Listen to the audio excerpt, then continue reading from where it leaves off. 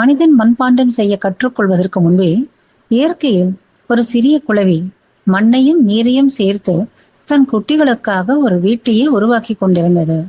இது மண்பாண்ட குளவி. இந்த மண்பாண்ட குளவி என்பது ஒரே ஒரு சிற்றினத்தின் பெயர் அல்ல, ஆயிரக்கணக்கான சிற்றினங்களை கொண்ட ஒரு பெரிய குழுக்கான பொது பெயர். இந்த பெரிய குழுவை சேர்ந்த சில சிற்றினங்களை இவ்வாறு கொடுக்கட்டுகின்றன. சரி, நம் மண்பாண்ட குளவி என்ன செய்யும் என்று பார்க்கலாம். பெண் மண்பாண்ட குளவி மண்ணையும் நீரையும் சேகரித்து சிறு சிறு மண் உருண்டைகளாக கொண்டு வந்து ஒன்றோடு ஒன்று சேர்த்து ஒரு சிறிய மண்பானை போன்ற அமைப்பு கொண்ட கூட்டை உருவாக்குகிறது.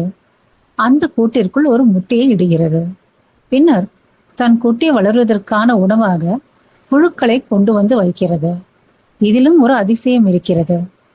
இந்த இரை பெரும்பாலும் இறப்பதில்லை.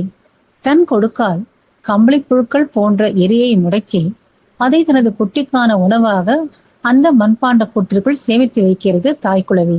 ஆக அந்த குட்டி உண்ண தொடங்கும் வரை பெரும்பாலும் அந்த இரை உயிருடனே முழக்கப்பட்ட நிலையில் இருக்கும். இரையை உள்ளே வைத்த பின் தாய் மண்பாண்ட குளவி அந்த சிறிய மண்பாண்ட கூட்டை மண்ணால் மூடிவிட்டு அங்கிருந்து சென்று விடுகிறது. அந்த மண்பாண்ட கூட்டுக்குள் பிறந்த குட்டிக்கு தாயின் உதவி இனி தேவையில்லை. உணவும் பாதுகாப்பான இருப்பிடமும் ஏற்கனவே தயார். வளர்ந்து கூட்டு புழுவாக மாறிய பிறகு ஒரு நாள் அது அந்த மண் சுவரை உடைத்து வெளியே வரும்.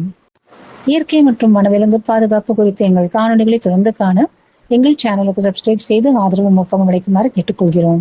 நன்றி, வணக்கம். Let nature live.